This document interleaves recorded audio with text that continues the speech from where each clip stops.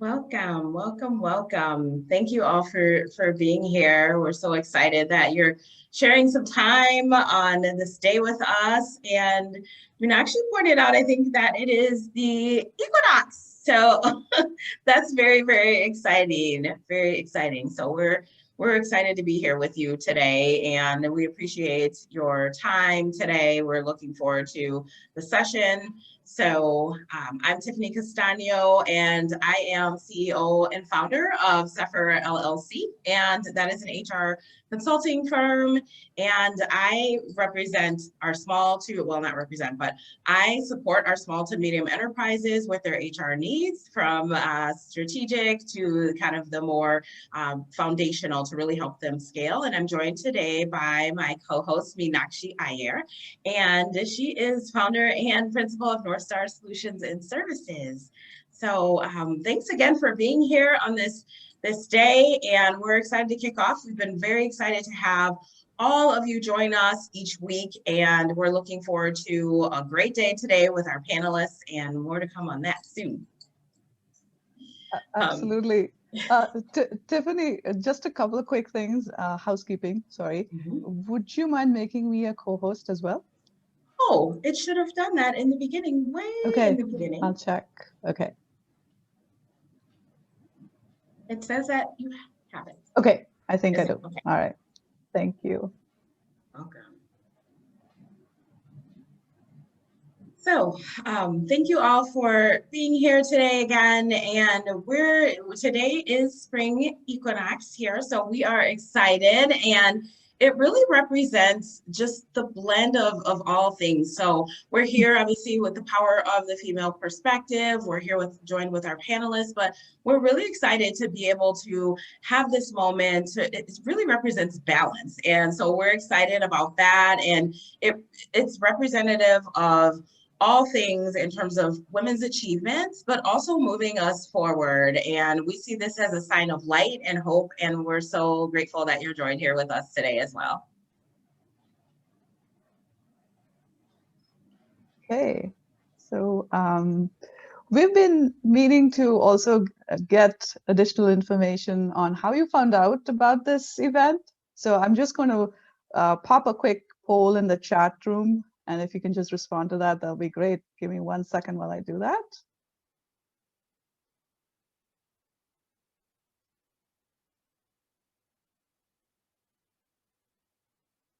Okay.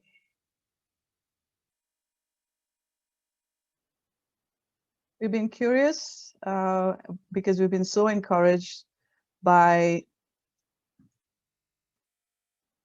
the attendees and everyone, the engagement that we've received. So we wanted to just learn a little bit more about how you learned about the event.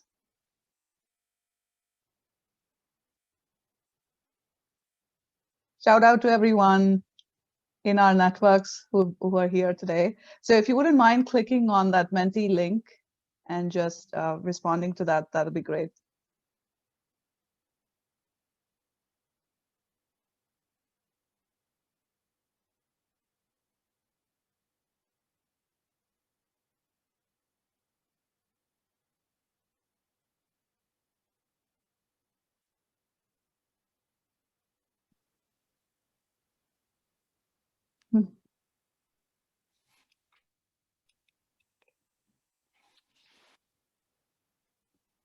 Okay, and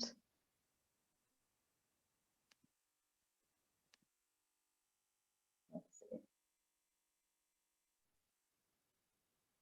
I'm just going to share my screen really quick.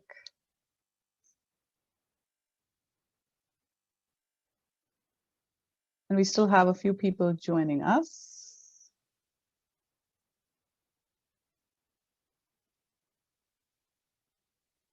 Several of us here, I'm sure, haven't even met in person, but LinkedIn has been a great connector.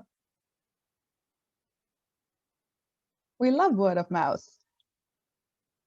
So thank you. Keep your responses coming in. And we just have one more question. Tiffany, shall I run the next poll as well? Yes, please. Okay. Sorry. Yes, Mute. no worries. We were also curious to know what has been your one big takeaway from this conference so far? Because we know that several of you have attended the two earlier sessions as well. So if you could just let us know what has been your one big takeaway from this conference so far. I've put the link in the chat window.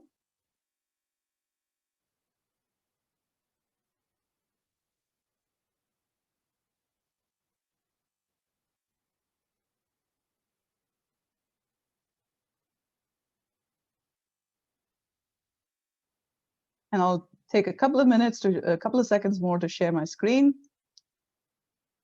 What's been your one big takeaway from this conference so far?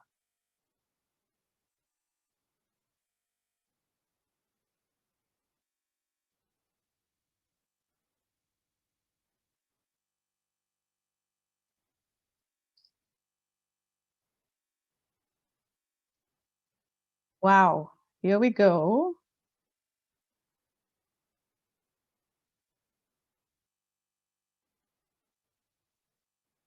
Love to see how this emerges. I love this Mentimeter. It's awesome. Yes. Menti's great. Yeah. So fun. So I'm It learning is. something new today as well. Awesome. Wonderful.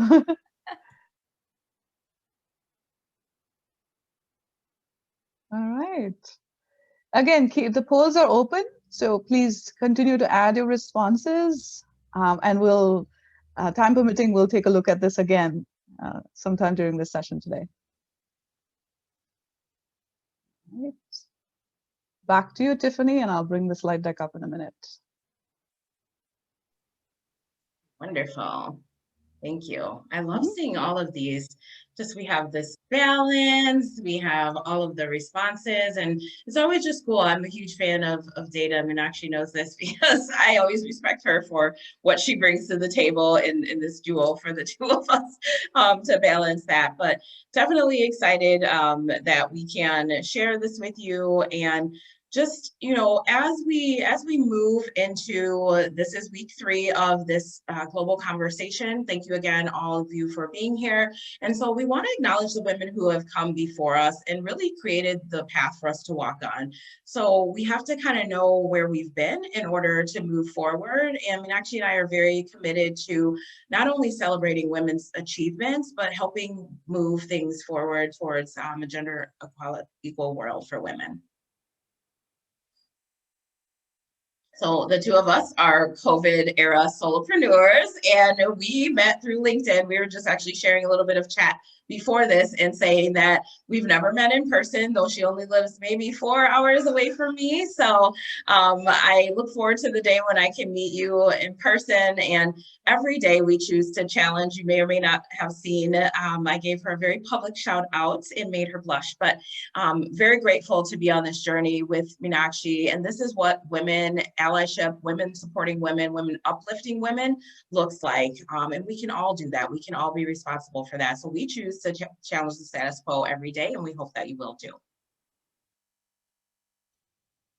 So our why are we doing this? So outside of getting to spend time with all of you, which is fantastic, we want to celebrate, as I said, women's achievements. We are huge into communication, and we know that we grow through being able to do that.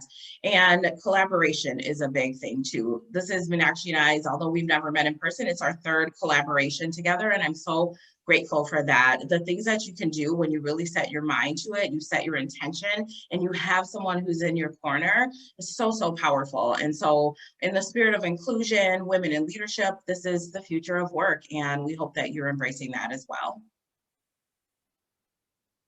So the what is why you're here, right? Too.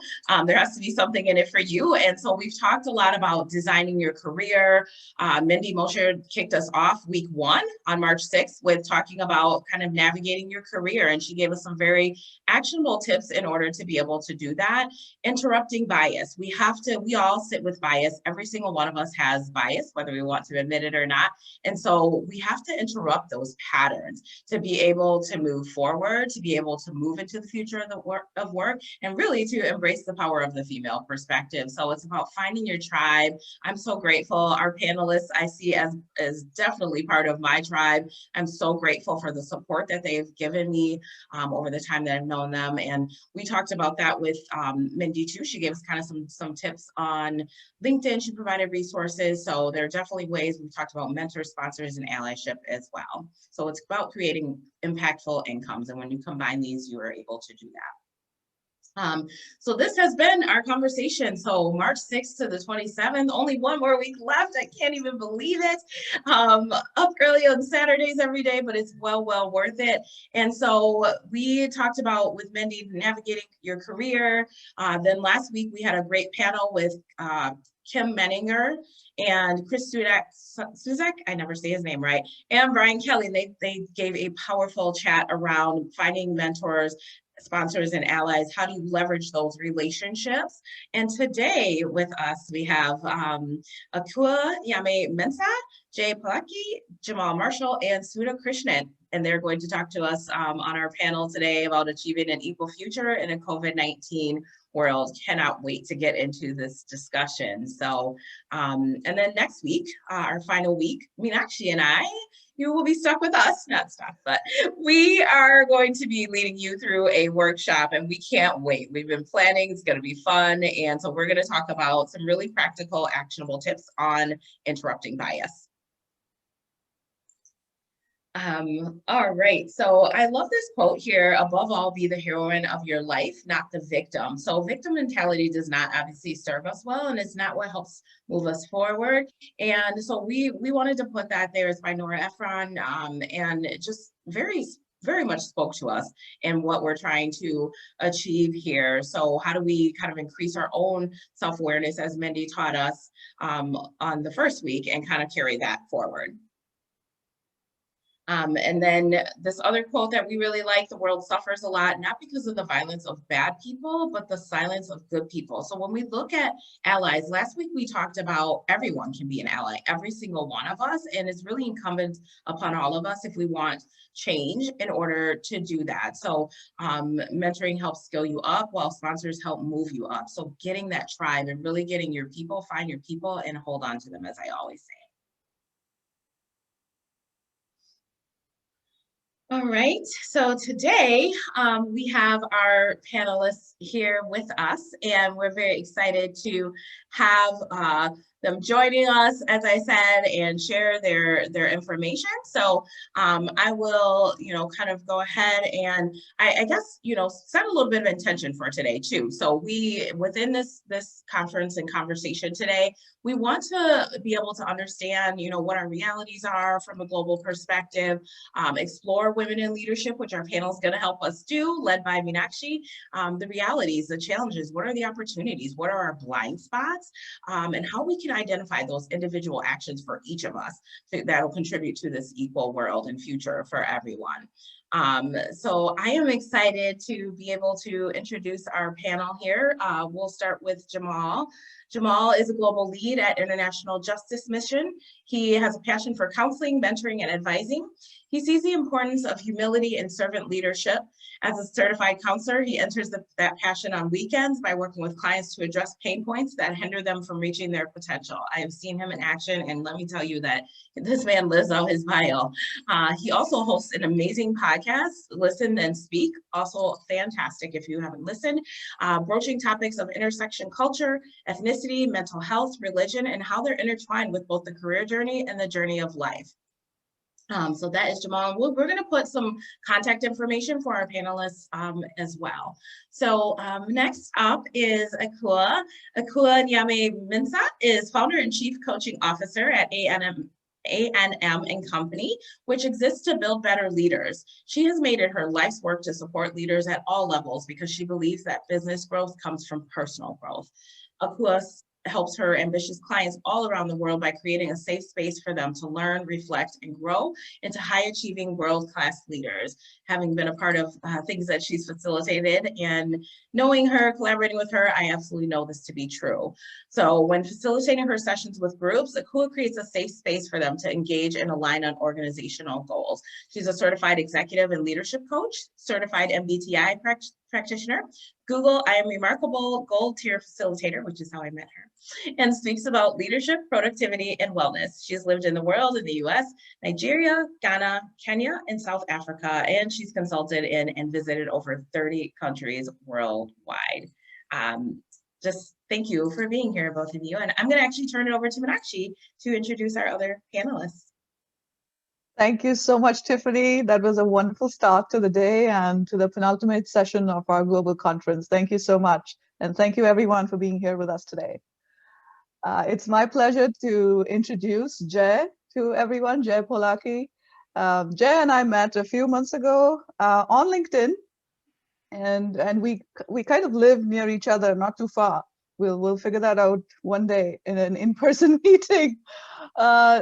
Jay just amazes me. She is what I would, in my book, Jay is a serial entrepreneur. And she's an HR leader, and having spent a lot of time in the HR space, industrial psychology and organizational development HR space, she's a tech entrepreneur. So in the space of HR technology, she's the founder of HR Geckos. She's also the founder of Career Aces. And I love how everything flows into each other. The work that you do, Jay, is just amazing. And the other special call out that I want to do for you, Jay, is being a fellow Indian and South Indian at that. To me, it's a point of pride that you have founded this global Indian professional network based out of here in the US. And I've attended one of your sessions. It's just fantastic, the work that you do, and it's very inspiring. So thank you for everything that you do, and thank you for being here with us today. Next up is Sudha Krishnan. Again, I don't think I've met many people on this, nobody on this panel for sure in person, but I think I've got to stop saying that because that is the future of work, and it is here. So Sudha and I met via LinkedIn and via Coacharya. We both are part of the Coacharya community, which is a global coach training and leadership development company. So that is based in Hyderabad, India, and we met about a year ago. And the amount of learning I've had from you, Sudha, is absolutely fantastic. So Sudha is, among other things, also an entrepreneur, by the way, which just astounds me, the work that she's done at the Dialogue in the Dark. And you have to look it up if you're not familiar with that. And that was one of the pieces that intrigued me so much when I first met Sudha and learned about her. And the work is based, in my understanding, completely in empathy and curiosity.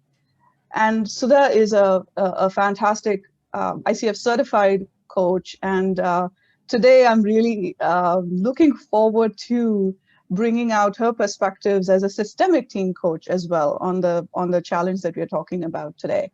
So Sudha has a diverse background and comes with tons and tons of experience in different industries. And as you can see on the slide up here, the credentials and all of the work experience that she's had. And really pleased to have you here, Sudha, and thank you so much for accepting our invitation. Lovely to have you here. It's my pleasure, and I'm excited. Absolutely, thank you. So let's get into it now. Yeah. So when Tiffany and I were planning this conference, there were a few things that were on our minds, and lots happening around us, and we felt the need to address some of the key issues that we were seeing surfacing up. And one of the things we said was, when we started thinking about International Women's Day, both of us strongly believe that it's not just about a day, number one. And two, our event needed to be very action oriented. And I've said this before, we didn't want this to be another conference where people come talk and then go back and do things their old way. So that was extremely important to us. Bias for action is important to us. And we also wanted to provide a global perspective to all of our attendees. And then when we started looking at what's happening and what is some thought leadership that's already occurring in this space, one of the things we discovered was that UN Women, the theme for this year that they've chosen, not surprisingly, revolves around the impact of the pandemic. So the title, their theme is Women in Leadership, Achieving an Equal Future in a COVID-19 World. And we'll put the links in the chat in a little bit. To me personally, just looking at this visual is a sign of hope to see the inclusion represented here. And it also tells you the kind of work that we all have to do to make this equal future a reality. And I know we started talking about it earlier, and we talked about today being spring equinox. When I woke up this morning and I started thinking about it, I'm like, wow, what a fantastic day to talk about building an equal future. And I messaged Tiffany, I said, I'm all goosebumps right now. So it's just there is a lot of research and studies that are coming out about masculine and feminine being traits and not really associated with gender, and everybody having masculine and feminine traits inside of us, and how we've been socially conditioned to display one or the other, and the imbalance that we're experiencing in this world. So we took all of that and we said, how about we look into our networks, find some of the most amazing people that can share their insights and their thoughts on this topic. And here we are. So once again, thank you, everyone. And we're going to get started in a minute. Just a couple of housekeeping things before we do that. We would encourage all of your questions. Please keep them coming in the chat. And just for the next about 50 minutes or so, if we could all go off camera so that we can just see the panelists, that would be fantastic. And I am, hey.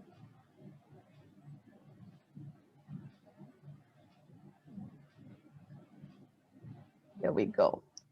Okay. So, given how global our panel is, so I'm sure you would have caught already that we have people from different parts of the world here in our panel today. So we really wanted to take advantage of that and bring a global perspective to our audience today. So several of the questions that we have for our panel, we would invite all of the panelists to share their opinion on that, so that as the audience, you're able to get a complete and holistic perspective.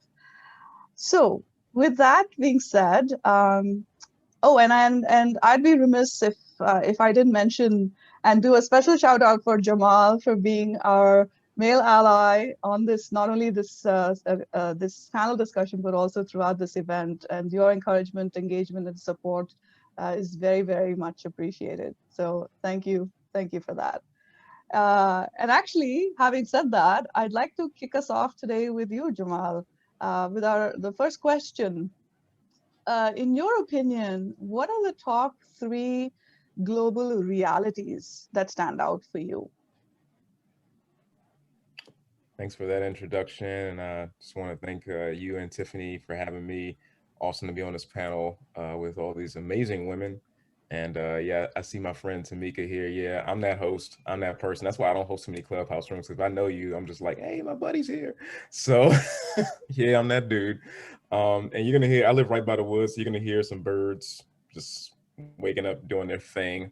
I think the top 3, I work at a place called International Justice Mission, an NGO, and we fight anti-human trafficking. So I don't want this to get too dark or too deep. But one, women aren't seen equally globally. You know, in different countries, it's at so many different levels. And in many of the countries that we do our, you know, our legal casework in, some women have absolutely no rights, which is why, you know, we go in and have trained different lawyers and have partnered with different law enforcement teams to bring system reform, because the system is turned in a way where a woman is seen as less than. So I would say that will be probably number one, at least in my book, from what I've seen from a global perspective, and having traveled overseas in different places in the Middle East, it's not a level playing field for the woman. Number two, I would say globally, here in the States and in other countries, the family dynamic. I'm going to probably speak from a faith-based perspective, but I do want to be respectful. Men and women are created equally, but we don't see that in the family. You know, there a lot of times it's authoritarian, chauvinistic. I'm the man, you stay in the kitchen, you clean, you cook, you raise the children. I will go out and I will provide, and that's the way it is, instead of the equality of what we were divinely intended and created for. And so when you have that and that becomes inculcated into your being and into your psychology, you begin to believe that. And what you believe, you do. What you believe, you make provision for, and you live out. And when you hear other truths, like you've been hearing during this conference, or different words of encouragement or read books, it's like, well, that's not my reality. So I don't think I can really live that out, because that's not what I've heard since I was a little girl, you know, or that's not what I've heard about women since I was a little boy. And the third, I would say, is also the iniquity of how people are paid. You know, women and men are definitely paid on a different level, especially, I try not to speak there of what I don't know, but I definitely know here in the States, the gap. I mean, even in the sporting world, let's take, for example, Serena Williams and Roger Federer. There's a huge earning gap.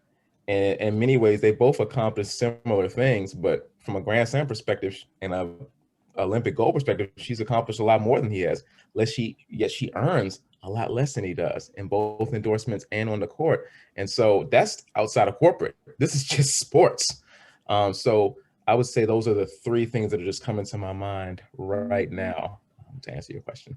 Absolutely. Thank you. Thank you for, and you've set the stage as well for the whole conversation by calling out the inherent inequities and how you've seen that around the world in different geographies and cultures. It may not be the exact same issue, but it's still similar. So thank you for setting that up.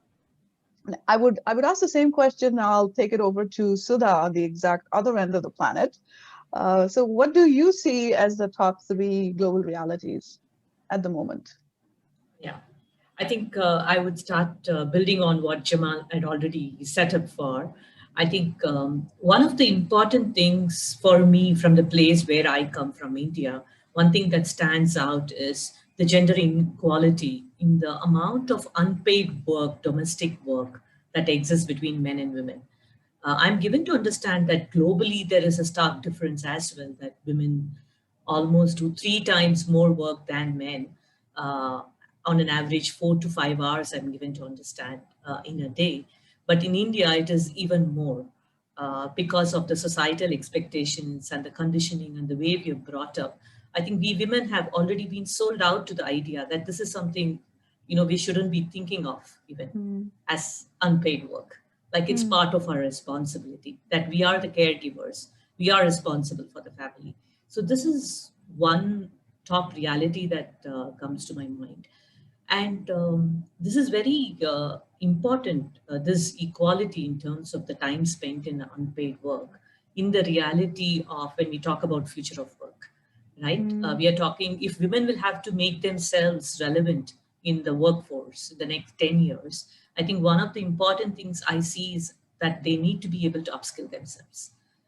Today, when they're already having so much less time managing the different roles that they are playing, right? And with COVID, this has only increased. With schools being shut down, so extra time on child care and education, elder care, taking care of 6 people at home, and spouses working from home. So women will have to manage all this plus her career. So how does this she manages this. I think the only way today we are trying to do this is probably take a cut short on our sleep time. Sleep, we are deprived of sleep, right? So there's no time. I would say that there's practically no time for self-care. There's no personal space. Absolutely. And incidentally, I think yesterday or day before was International Sleep Day. So for those of you who follow Arianna Huffington, Thrive Global, she's done a lot of research and work on importance of sleep. Yeah, someone says here, I love sleep. Yes, and we tend to compromise on that, especially in the, we think that that's one of the easiest shortcuts to make. Yeah. Anything else to that? Yeah, I'm also one other thing, people keep asking me when I talk about this point of, women don't have enough time to upskill themselves. They keep talking to me, but isn't it the same for men? I said, yes, of course, even men will have to upskill. In today's technology advancement and automation, even they will have to make their jobs relevant. But I think the challenge is far, far different for women. It's like if I need to give an example, it's like, they both are running the same race. Maybe even the distance is the same, but women are, tied down with heavy weights on either of their ankles and expected to run. Yes, yes. What you just shared brought up, this has been making the rounds on LinkedIn and other social media, like a obstacle race track with men and women. Yes. Men have a clean track and women have clothesline, dishwasher, the kitchen, and all that before they can get to work. So, yeah, thank you. Thank you for that, Sudha. I would now pose that question to Akua, who's on a different continent. Yeah, you guys have probably all seen that I've been nodding my head a lot because I agree with what everyone has been sharing. And I actually just put some notes down just to be able to think about some of the things that really do come to mind. Yeah, I agree with everything that's been said. The first thing I put down here was also this idea sometimes I think for women or people who identify as women who do work or tend to have opportunities, that there's also this element of being afraid to ask for help, right? So it sort of looks like a weakness, right? To be strong, this strength. That's definitely something that I know that I had an issue with when I first started working. And I tend to work with a lot of clients that sort of feel like they can't take a break, or they feel like they can't ask for help because that would sort of make them look weak. And then, they shouldn't be in that position. So there's that element, I think, of imposter syndrome that sort of comes up a little bit, right? So we can't ask for help. We can't look like we need help, right? We don't want to look any different or look weak compared to people who identify as men. I think that's definitely one element. The second thing I put down here, and I think that this was sort of touched on by the two previous panelists, is this idea of expectations. And I loved how, in the beginning of this conversation, we also were talking about these ideas of male or more masculine and more feminine traits. And I actually recently had a conversation about this and how we've really taken some of these ideas and sort of have said, okay, men need to look and act a certain way and women need to act and look a certain way once again. And what does that lead to? That might lead to people sort of feeling like they don't deserve more because of the opportunities that they have or the places they tend to find themselves. And so I definitely think expectations, both stated and also those expectations we have or the stories we tell ourselves, are very important for us to recognize, and I think can sometimes limit.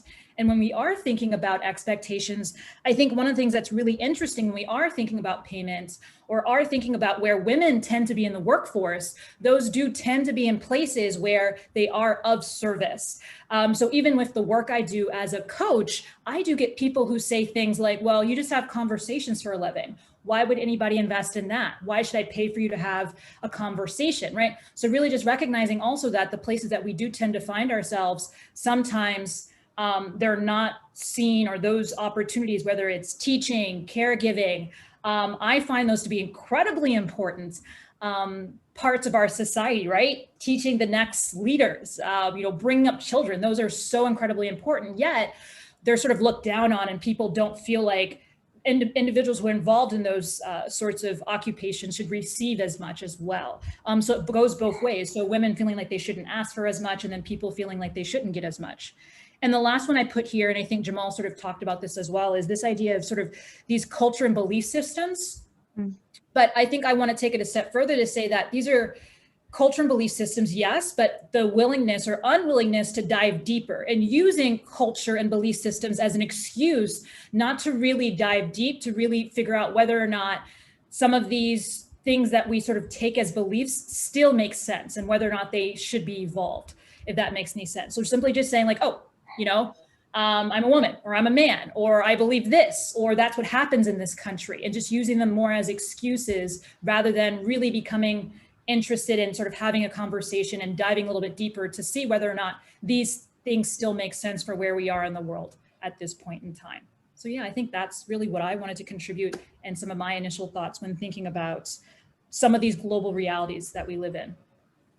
Absolutely. Thank you so much for that, Akua. And I loved especially the last point that you made around us tending to carry on and not questioning the relevance of some of these beliefs that we were brought up with. And it really sets the stage for, sets the stage and also connects back with the purpose that Tiffany and I started this conference. So for us, with every session, we have a tangible action, call to action that we give out, and there'll be one for this session as well. And that's our whole premise, that each of us has within ourselves the potential to do something to change the reality that we are in, for the better, of course. So thank you for that. Now we're bringing it back to the United States with Jay. So what do you have to share?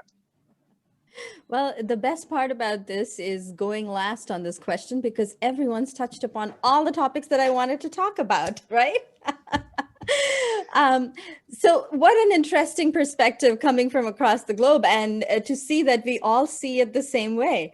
Thank you again for inviting me to this really awesome panel. I've learned a lot in the past few days, just, you know, prepping for the panel about the UN, you know, statement this year for equality, and just reading through all of that has been so insightful for me. I've learned so much. So thank you so much for enriching my experience.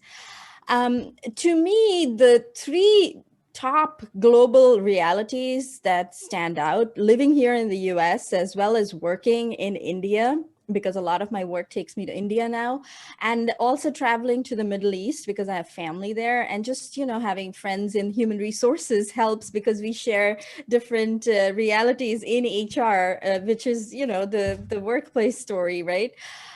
Especially now because of COVID. And we all agree from what the other panelists have said, that families today, because of COVID and because of the realities of work, definitely look, feel, and live differently across the globe. I mean, take for instance, today's panel. I'm sure some of us are in a room trying to avoid our kids photo bombing the session or Zoom bombing the session, or our pets Zoom bombing the session, you know, or some of us have an elderly parent who's wanting attention. It's breakfast time here in the US. So I don't have my parents here, but I'm sure, you know, you have a parent or someone who needs your attention right now. So we all are living differently today, and we all have to mesh together to make this work for all of us. And in order to do that, you know, we need more help. And we need more help from our employers. We need more help from our communities. We need more help from our allies, other women, men, and, you know, friends in the community who will bring to the fore that this is different for each one of us. And we all have to personalize this approach to how we're going to handle work and the future of work. For me, the top realities, the global realities, are that women are not paid equally across the globe, even though we live in this microcosm in the US and we feel we are treated equal and we have constitutional rights, but that's not a reality for most women across the globe.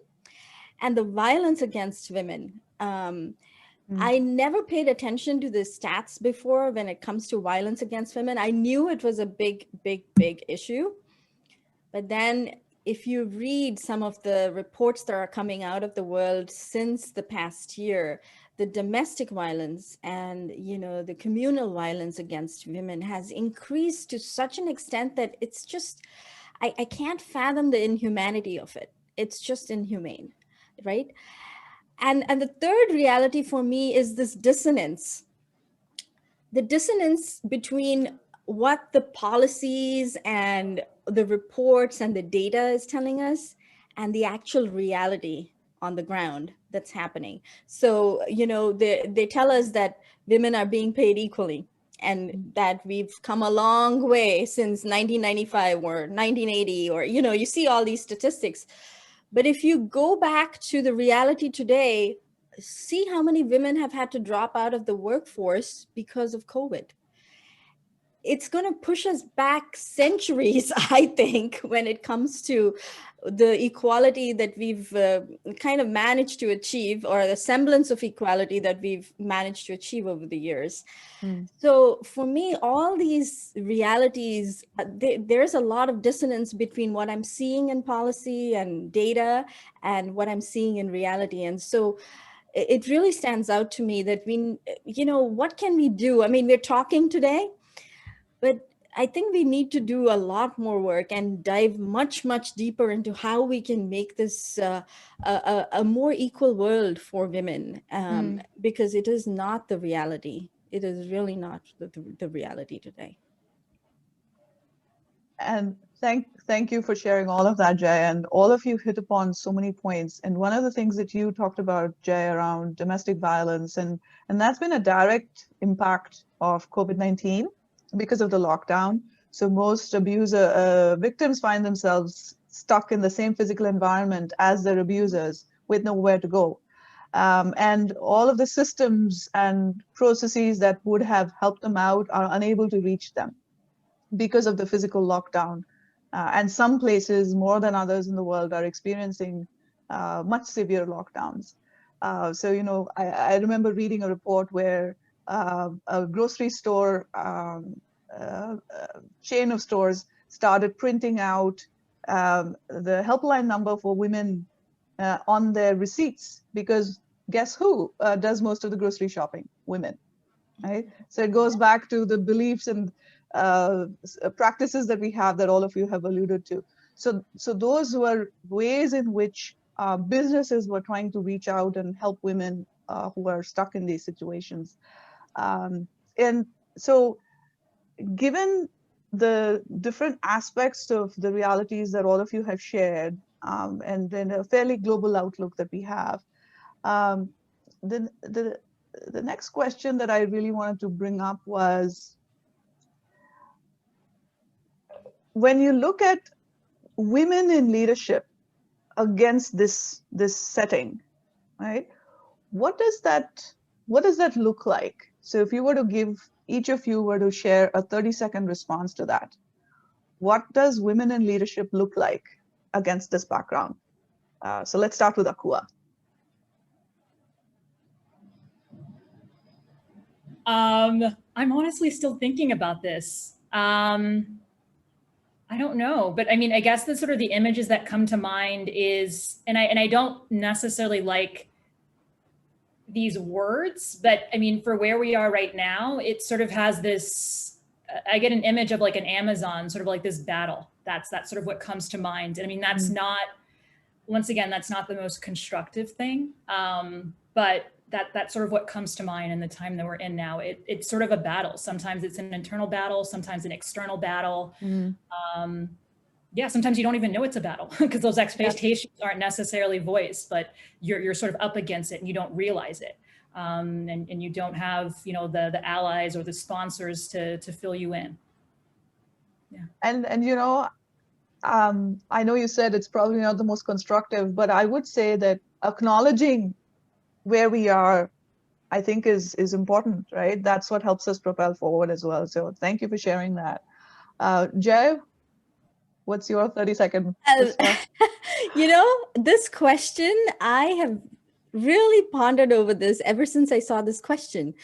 If you asked me this question last year before the pandemic, my answer would be, I think we're all equal. I see women as equal to men. I don't see any too much of a difference. I mean, there is a difference, but I don't see too much of a difference. I feel that we all have the same leadership style. We're all equal in our leadership style. Why should we be viewed as different, right? But after the pandemic, my answer, and I've been thinking about this for a long time now since you sent me the questions, but especially since last night. To me, today, women in leadership, it's like that image you just showed me with all those thorny things in the path, right? It's all those hurdles. I personally did not see that. I mean, there were hurdles, definitely, but I didn't see so many. But this year has really thrown all of that into more perspective for me. There's so much more that we have to handle and deal with. And to me, the 30-second answer there is, I don't know. I'm still struggling with how leadership will look for women in the future of work. This is a difficult time for us, and I think we all need to band together to come to how we can and help each other on how we can make this work for us. But we are unique in certain ways, but then we also mesh together, like I said earlier, with with men and in the workplace as well as outside of the workplace, and how we view work and life and our overall life plan, right? But the components of the life plan today are a little different, or I would say vastly different for women because of COVID-19 versus men. I definitely think that is the reality. So that's my view right now, today, at this moment. Thank you. Thank you for sharing that. Sudha? Yeah, to me, in the current realities, well, what I'm going to say applies even before and later, but now the intensity is even more. I feel, I'm sure Meenakshi, you will understand this image. We have this images of goddesses with 10 hands and, so I feel women today are multitasking so much than ever before. Right? And that's one of the important realities I see in leadership today. And the need for women in leadership today is also to be extremely empathic today towards herself and also towards the teams that she is leading in. I don't think there has been ever a time that required so much of understanding and listening for perspectives like this. I think, yes, and I think we needed so much of compassion when working with teams. I think we had to deal with their anxieties. We had to deal with their questions. We had to deal with and support them in adapting to this new reality of working from homes and being there for them. And then there are a lot of people who have lost jobs. And a lot of people who don't know when they are going to come back to work. And is the world going to be the same for them when they come back? And especially from the space where my social entrepreneurship journey, we had to shut our business. In this new reality, it became no more relevant. So there were a lot of people who had to go back home, keeping safety as the highest priority than earning. Right. So I think if I need to sum it up, it's like compassion, understanding, listening, being empathic. Absolutely. Thank you. And I'm still processing a lot of what you just shared, Sudha, and I know that we've had conversations around what the pivot that you had to make with the Dialogue in the Dark. So feel free to add that info in the chat for the audience so they can look at it as well. So Jamal, what's your view on what does women in leadership look like? Try to do this in 30 seconds. Yes. And I appreciate the humility of Jay and Akua and Sudha. Like, it's one of the most humble things to say is I don't know, because right now during the season 2020 and the early part of 2021 has shown us there's more unknowns than knowns.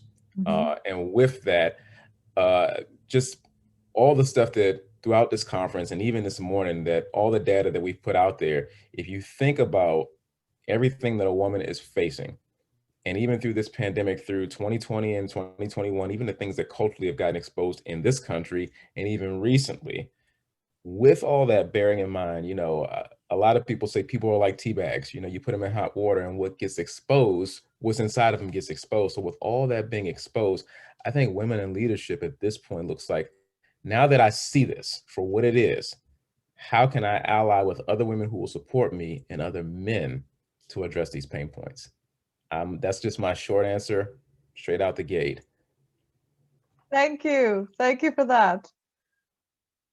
I just wanted to say thanks for saying that we are good in boiling hot water as well, Jamal, that we make it look good. Thanks for that.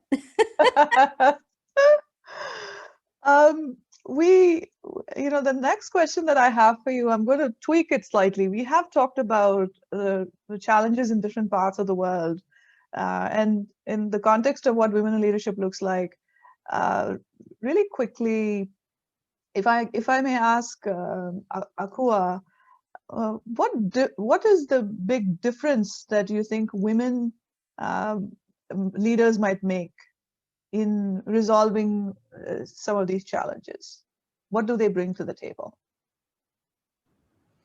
I think, when I looking at this question, I would say the biggest difference they might make, or one thing they can do, is just by, this is going to sound super simple, but just by being themselves.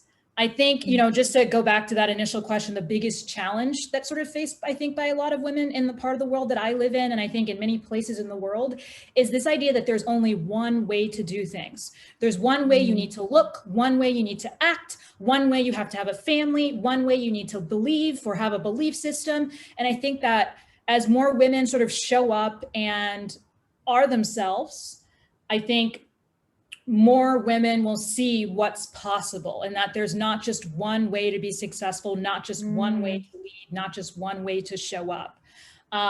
And that's, I guess, that's sort of what I see from my perspective, because I think in the part of the world that I live in, once again, we use that excuse so very much that, we all, for the most part, have the same skin color. So therefore, there is no, there's no discrimination. Yet there is a lot of discrimination, right? Even just the way we do our hair. So I wear my hair naturally, and I get a lot of comments about that.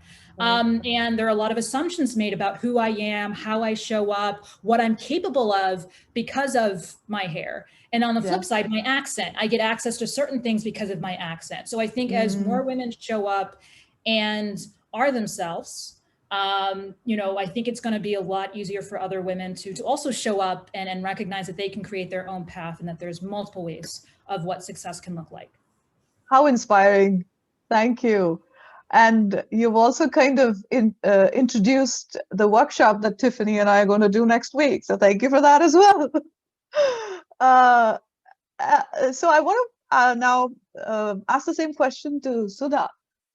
You kind of alluded to that earlier in talking about the style of leadership that women bring to the table. But if I could ask you to be a little more specific around what is it that women bring to the table might help in resolving some of the challenges that you see?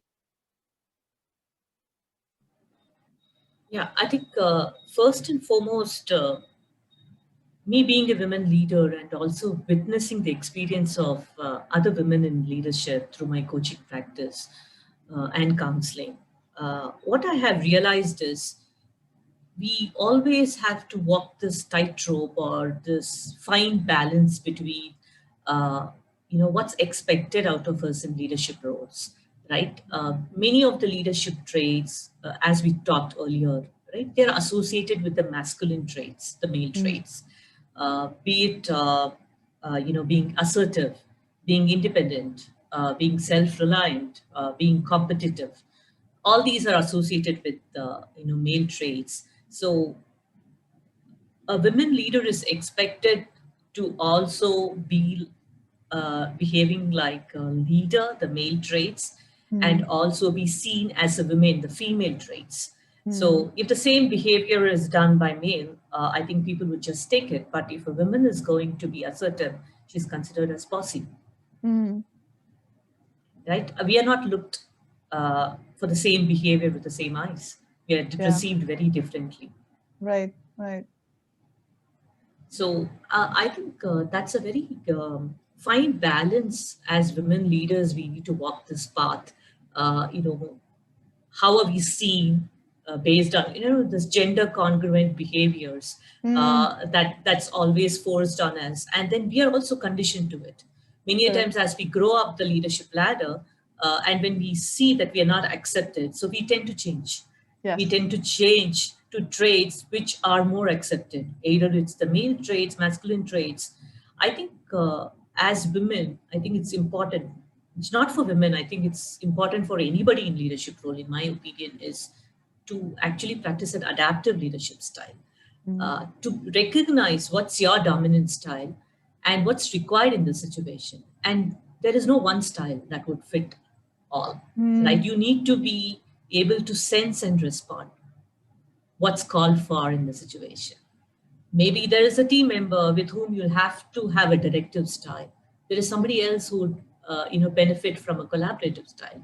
Right. Somebody else from a coaching style, right? So I think the ability to sense and respond and be adaptive and flexible is something that I see as very, very important. And, it takes me back to something you had shared earlier, this goddess, the Indian goddess with 10 hands.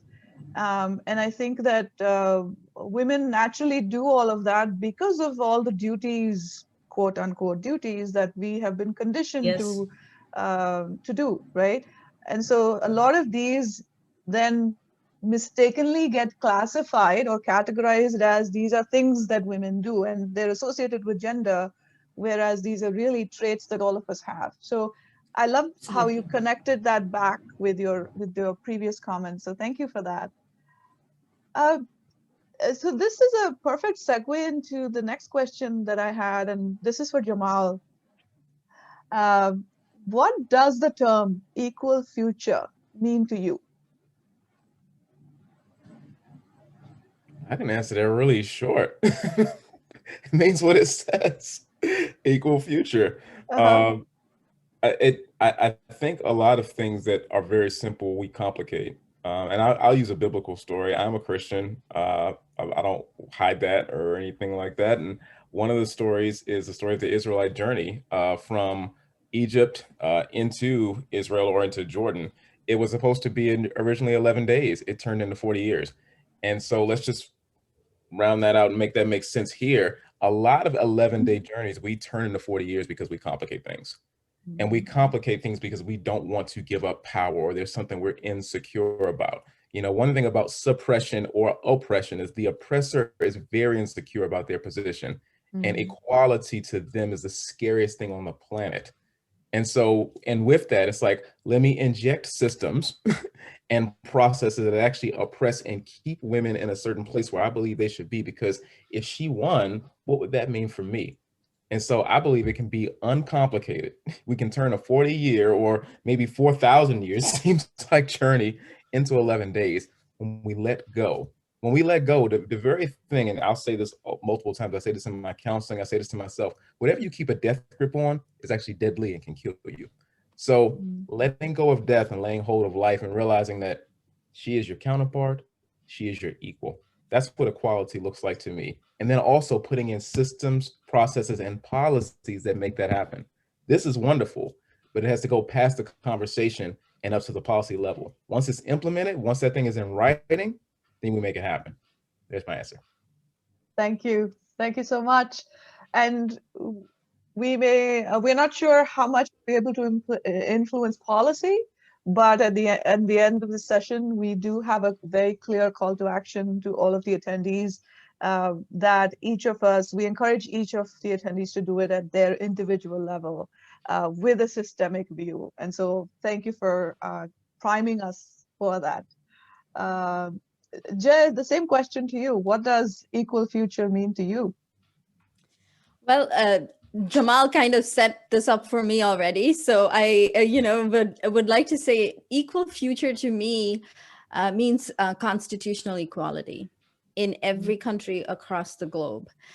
If you look at the policies and the legislative, stuff that's coming out of governments across the globe, there's a lot of inequality in how men and women are treated in policy. So if there is no constitutional equality, all this talk and this data has no meaning, cannot be we cannot do anything practically if the laws do not support us. So the legislative process needs to involve more women. And if you notice, there are very few women in government across the globe. There are very, very few women writing policy, providing data for policy to be written, and very few women involved in making sure that all these new legislations that are coming out are not biased towards women or men, right? There is a book that I was reading about how data bias in technology, in AI and algorithms, and a lot of my work is with this. So I noticed that even the chatbots are named after men. Are named after women and not men. Notice all the chatbots are Sylvia or Amy or Karen, or, they all have female names. They are not men. My chatbot is called GeckoBot, and he's a male because of the very fact that I noticed this dissonance and bias. But there is a lot of that out there. And so for this equal future to happen, there are lots of data-driven insights that we can influence as women, and we need to be more involved as women in policymaking and in making sure that this constitutional equality becomes a reality and not just something on paper. And for that to happen, more of us need to be involved in politics, in community and social work, and in government. It's a must. We need to be involved from all communities, not just women from a certain community, but women from all communities need to be equally represented in our governments. And, as I hear you say that, with everything that's happened in the US particularly, and with us finally, it's 2021 and we have a female vice president, I'll take it. But and then the last 3-4 years, we've seen the most number of women in Congress and in the Senate. And so, there's some progress, but then there's a lot more to be done. So thank you for highlighting that. But to your point, Meenakshi, just a minute. The US is considered one of the most progressive countries in the world. And we have not had a woman president or vice president in all these years. Yep. Other countries that are viewed by America as underdeveloped and less progressive have had women at the helm, prime ministers, presidents, heads of government. Yes. So think about that for a minute. We talk so much about equality in the US and we say we're equal, but we never got it till this year in the US. Right. We never made it happen. Why? It's a big question for me. I think about it all the time.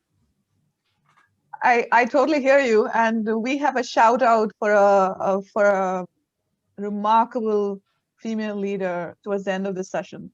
And exactly to your point. So we'll come back to that. Okay. Thank you. Yes. So I'm going to, given what has just been shared, I want to pivot slightly in the questions. And I want to go to Sudha, to ask you, Sudha, what do you think is the biggest blind spot for us as women leaders? I think I was waiting for this question to come. Right. I think one of the blind spots, as a women leader, I have realized this for myself many years back, and time and again, I see this as we constantly limit ourselves in the name of sacrifice, in the name of family. We actually limit ourselves. And we also constantly seek validation from our counterparts, right? We strive to get accepted. There's always that whatever we do, we are doing to get accepted, to get included. And that kind of puts us in a tone of, aiming for perfectionism. It's like only if I'm perfect, if I do everything well, will I be accepted? And it is just not possible for us to be perfect all the time. We will fall short in our eyes. And that kind of triggers in the self-doubt. Oh, I'm not good enough. and then I need to be accepted. So it's kind of a vicious cycle, in my opinion. Mm. And something you said reminded me of something I'd read, some research that I'd read, and we had touched upon this a little while earlier in this conference as well. This is one of the barriers for women supporting other women. Yes. Right? Yes. Because we quickly get into finding fault instead of Yes. uplifting. Yeah. Yes, absolutely. I think that also talks about the allyship we spoke in the last week, right? I think we need to be our allies. And I'm so thankful that there are so many men out there. And I have personally experienced it in my workplace, in my personal space. They're so very supportive as well. So I think we should stop limiting ourselves. I would go back to the point which Aqua said and Jay said, we should be open to ask help when we need. Right. There are times that, we do have our roles. It's okay to talk about it. We fear, because when we talk about how overwhelmed we are in playing our multiple roles, we fear that this will be taken as that I'm not serious about career, that I'm emotional, that I can't handle my emotions. But I think it's okay. I think I strongly feel if you can recognize your emotions and name them and own them, I think emotional literacy is something that I strongly advocate for. I think you need to be strong enough to recognize and, allow your emotions to flow through. You don't have to limit yourself. Very inspirational. Thank you. There were a couple of questions here that I was going to ask, but we've kind of touched upon that in the conversation that has already happened thus far. So I'm going to pivot to Jamal again. So against the background of what Sudha just, my question to you, Jamal, is what's the one thing each that you think women might want to start, stop, and continue doing? Can you hit me with that question? Oh, man. Start, stop, and continue. I want to do it backwards just to play it a little safer, so I make sure this lands well. Yes. I would say for every woman under the sound of my voice, any woman who's going to watch this play back and recording, continue being an excellent woman. Continue being an excellent mom, sister, daughter. Women play so many different roles. People ask me who's the greatest of all time, and you may, people's mind may go to the vice president, or may go to Serena Williams, or may go to some supermodel. The greatest of all time is my mother, Charmaine Marshall. She is the greatest of all time. Point blank, period, hands down. She raised this young man. I'm still in process, but she's the greatest. And so continue being the greatest. Everyone here is the GOAT in their own right, in their own space. And what you think, there's a proverb that says, as a man thinks in his heart, so is he. What you think and what you believe is what you lean into and what you go forward and what you move into and what you make space for. And so it all starts in the mind. When the mind is transformed, the body is soon to follow behind. And so definitely continue in that. What to stop? I would say, and I pray that this lands the right way, because of all the damage that's been done, because of the effect of society and all the data that's been handed down through this conference has been known even before this conference started. I don't think you need to be men. I've been at conferences or seen different things on social media, or even ran into people. I don't want to even say social media because it's there's so many gaps. It's like, how much of this is actually real? But there's so many women who think they need to be men. Be a fabulous woman. You don't want to be a man. And so many men who think they need to be women. And I know because everything's so fluid these days, this may not land well. Be a woman. Don't try to be a man. That's not, you were fearfully and wonderfully created as an amazing woman, And I think earlier I said there may be some feminine traits, some masculine traits. There's truth. There's merit to that. We all have some androgyny in us, but be who you are, be who you were created. I think so oftentimes we try to retard our development because it's like, I need to be more like that. It's like, no, grow in the stature. When you go to a gym, you're building muscle of who you are. So stop trying to be men, Just, if I come into, like, I look at Sudha and I see, she reminds me of my manager. My manager is a South Asian woman, and she's a strong, independent South Asian woman. And I don't think anything of she's woman. I just think let's just do awesome work together. We're doing anti-human trafficking. There's slavery in Ghana. There's slavery in Bangalore, Delhi, Cambodia. We don't have time to focus on who's woman and what's. Let's just get this work done and let's love each other well in the process. And so I'm thankful that she is very strong, very independent, but she's still a woman. She's still a wife. She's still a daughter, you know? And so I would say stop believing, if I'm going to say this, and this may not land well, I may not be invited back to this conference, the lie that you have to be a man. That is false. I've said it. I meant it. I'm not taking it back. Let's see. Last point here. And Sudha and Jay and Akua and you, Minachi, have definitely pointed on this. And Tiffany and I have had conversations like this. Start supporting one another. Mm-hmm. I cannot tell you, I started off my internship as an 18-year-old at Department of Justice, downtown DC, on the Senate, off the Senate side of the Capitol.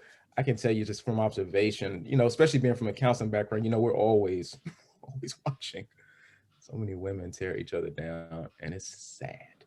Mm-hmm. I mean, very, very sad. The people you thought were like friends, were like bosom buddies that really had the potential to go and just break every fourth wall. You find out that they tear each other down. They're gossiping. They don't want to see that other woman win because it's like her excellence somehow makes you insecure. It's like, no, her excellence is your excellence. And so I would definitely say, start supporting one another. You can do more together as women than you can do apart. And a mighty fist can strike a mighty blow. Fingers pointing, that does nothing. So that's it from me. I hope that's helpful. Thank you, thank you, thank you. You started off all scared. There was no reason with all the gold that you just shared. Thank you. I'm just soaking it all in. And I think that coming from a male ally, hearing that perspective and getting your view of the world, if you will, personally for me has been extremely inspiring and informative, of course. And something you talked about, don't try to be like a man. And this is what it is, right? Equality is often misunderstood, sadly misunderstood, to wanting to be that other person, whereas it is equality in access and opportunity is what we really need to go after. So thank you for highlighting that. And I had the same question for you, Akua. The one thing that we as women might want to stop, continue doing. Yeah, just was nodding my head a lot, Jamal. I think, you know, I definitely, a lot of what you've shared actually resonates with me. And I think that that's one of the reasons why I'm part of the, you know, #I'mRemarkable initiative, because all of that work really is around helping individuals realize that we do have, you know, these biases and recognizing that we do respond and project on others. And so I think the more time we take sort of internally to recognize that we can respond in a different way, right? As human beings, we can intercept some of those negative thoughts. We can, you know, shift some of those ideas we have around how people look and what their abilities and their competence is based on those superficial things. I think the better we all can do. And one of the pieces of research that we talk about is this idea of how both women and men find that women who self-promote or self-advocate or self-market are looked down on, right? So it's not just men who look down on women who self-promote or self-advocate or self-market, but it's also women. So really recognizing and acknowledging that women do also have a role to play in making sure that we have access to equal opportunities. So even if it's not something that you see for yourself, recognizing that your own you know, what you see as success, someone else might not see as success. And so there's, you know, it doesn't limit your interests and what you're looking to pursue if you support others. And so I really appreciate that perspective, Jamal. And it's something that I try and do also in the work that I'm involved in as well. So, I mean, where do I want to start with this? Continue. I mean, I would say just continue on your own journey and trying to figure out what's important to you, what success looks like to you. I think that we tend to to find role models. And I think role models are a great starting point, but just really recognize that you can continue on your own journey and find things that matter. And those will change over time. I think that's one of the lessons I've had to learn, that I will evolve every day. It might look a little different, and that's okay. So being open to that. Stop, I guess for me, maybe it's just the work I do really as a coach. But, you know, I've always been very inquisitive. I've always asked why. So I would say just stop at that, stop accepting, you know, that you can use your gender, your race, your culture, your belief system as an excuse. You know, stop, really just take a second, especially if you have that privilege to be able to do that. If you have that time, if you have that space, if you have that ability, to stop and take a second to really reflect and not just accept things as they are, because they don't have to be. And you can also agree to disagree. I think that's completely fine with someone, but stop just allowing yourself and others to get away with just using some of those stereotypes and some of those generalizations as reasons why things have to continue to be what they are. And start having conversations with yourself and others. That would be the last thing. Just once again, just really recognizing that we're not all going to agree on everything.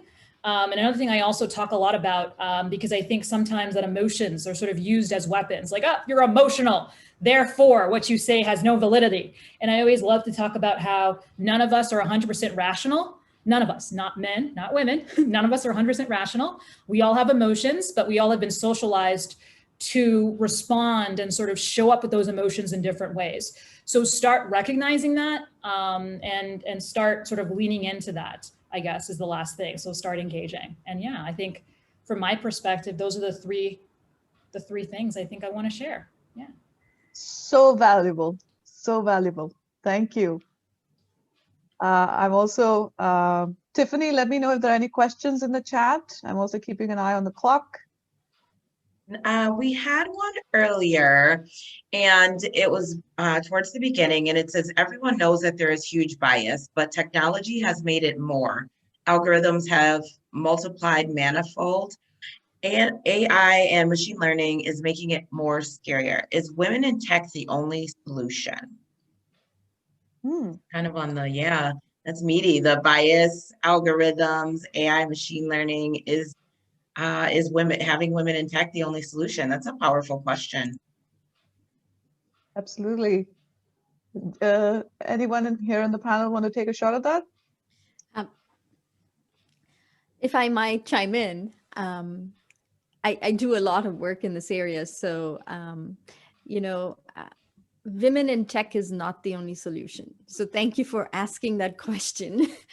Women in tech add to the solution, but the solution is still a long way away, because we need more, I wouldn't say just men, but we need more folks in this industry to acknowledge that there has been bias and that there still is unconscious bias, which is not acknowledged by everyone.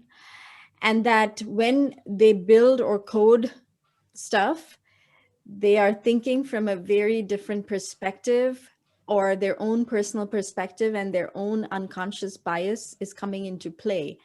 And if they don't acknowledge this and intentionally change how they're coding bias into their work, I don't think there is an answer for this in the near future, or a solution for this in the near future. So it's going to take a lot more effort on our part to make this happen. There's not a lot of dialogue around this. There is not a lot of discussion around this, because there are not many people involved in this area. Traditionally, technology has been a very male-dominated field and industry. And for women's perspectives to come to the fore, not just getting involved in that space as women in tech, but getting involved as policymakers, like I said earlier, driving the policy, talking about the bias in AI more openly, and asking for, ways in which the people who are coding all this in are are intentionally making sure that they're not doing this. You have to be more vocal about it and ask for it. And there's a movement around this now because of all the different, the facial recognition thing that happened right recently with all the fake images of people being used and the fake videos that came out, and all of that definitely made people more aware. But many people are not aware that there's so much technology, even in the iPhone that you use. You don't know that there's so much in there that is already active, that is biasing so many algorithms against you. Because you're not aware, you don't know how all of this has been programmed. So it takes more, I think, more information sharing and more learning on everyone's part in order to become more vocal about this and get involved in policy around this. So we have a long way to go. That's what I'm seeing in my work. Absolutely. Thank you for sharing that holistic perspective. I saw Akua and Sudha also wanted to share. Go ahead. Yeah, when Jay pointed up about the bias, I was reminded of, in India, I think gender bias is also faced in the language that we use, right? Recently, our finance minister, Mrs. Nirmala Sitharaman, during the Women's Day, she stated that there's a very popular phrase in India, right? It goes in Hindi, but it literally means when a man is challenged by another man, they say that, I'm not wearing bangles in my hand, because women tend to wear bangles. That's an ornament that we wear in our hands. They say, I'm not wearing bangles in my hand. I'm courageous. You can't bend me down. Implicitly meaning women are weak. That continues even today. And our finance minister was also saying that, in the parliament, in the leadership, women who are member of the parliament, they are first looked at as women, then as MP. So there's so much of unconscious bias that's deep rooted that people don't even recognize that this is happening. This is what, our Indian children are growing up to, witnessing this. That is so powerful, because it was the complete other end of the spectrum, nothing to do with technology. Yes. Right? And then we talk about bias pervading all of these spaces. Wow. Thank you. Yes, Akua? Just making sure I unmuted. I just was just nodding my head. I'm just really enjoying this so much. But just off of this idea of language and how much language does shape how we show up, there's a very interesting conversation going on right now. I think it's on LinkedIn, around what we should call female entrepreneurs or female founders. Should we call them female founders? Should we call them boss ladies? Is it femme tech? Should we add those additional labels? And so I think it's really interesting, really timely, and something I think each of us as individuals has to engage with and decide for ourselves, right? So yes, people can put labels on us or put us in categories, but also recognizing that we can also decide for ourselves and decide what we want to choose and how, right? How we want to show up and what titles we use. So I think that's something, the first thing I wanted to share.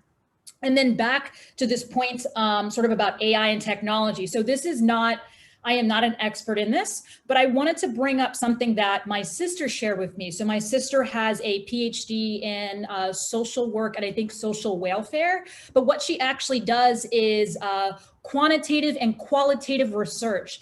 And so she's done some really interesting research around just thinking about the design of how we look for data and just the questions we ask that will determine the information that we receive as well. So just really recognizing that also a lot of how we design our surveys, how we design the data we're looking to get also has an impact on how we interpret it and what that looks like. And so my sister also did some interesting research around algorithms on how inmates, how they decide whether or not inmates get to have parole. And there's also a lot of bias in that as well. So there's a lot of really interesting things out there, a lot of algorithms out there that decide, who gets parole, what your credit score is, all interesting things. And I think all of us have to step up as citizens within our countries and as citizens within the world and become a lot more interested in how this data is being used, how it's gathered. But I think a lot of it, I think Jay mentioned this, does come from this this policy standpoint as well, recognizing that whether they're researchers like my sister, just concerned citizens, we also can help shape these algorithms, how this data is being used, and we do need to take a little bit more of an interest. Could not agree more. And I think that a lot of times we think technology as something outside of us, but it's human beings who create technology. And all of us we all have unconscious bias inside of us. And thank you so much for bringing this up. And we are almost out of time. So I do have one last question, a 30-second question for each of you panelists. What's the one piece of advice that you can give to emerging leaders?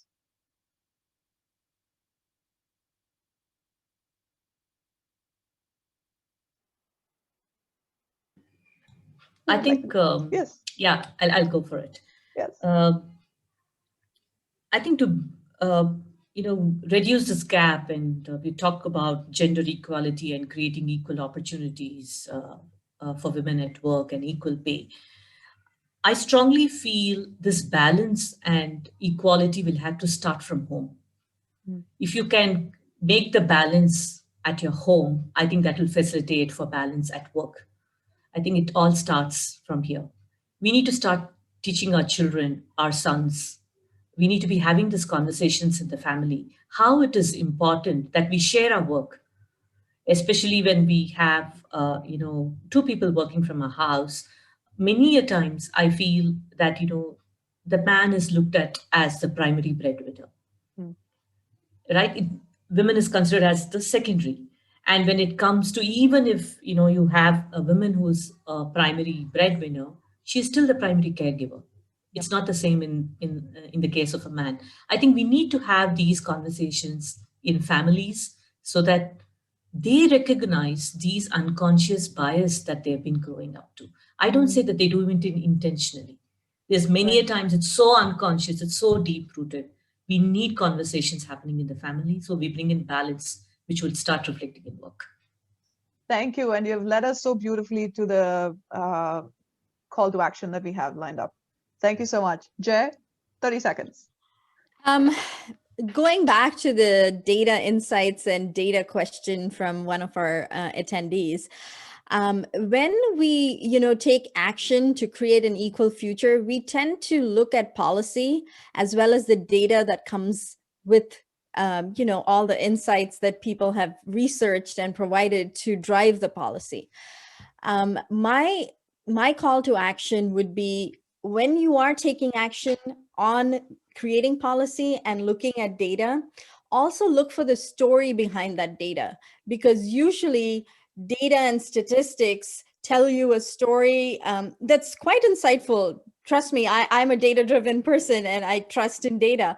But then there are certain things that data cannot capture fully, holistically. From a statistical point of view, data can be very, objective. But then there is some subjectivity that we have to take into consideration and always look for the story behind the data, because it's often not clearly evident. So I would urge anyone who is taking action to create an equal future to make sure that they're looking for the story behind the data if they're using data to drive that action. Thank you so much. So we've got start at home, look for the story behind the data. What do you have, Akua?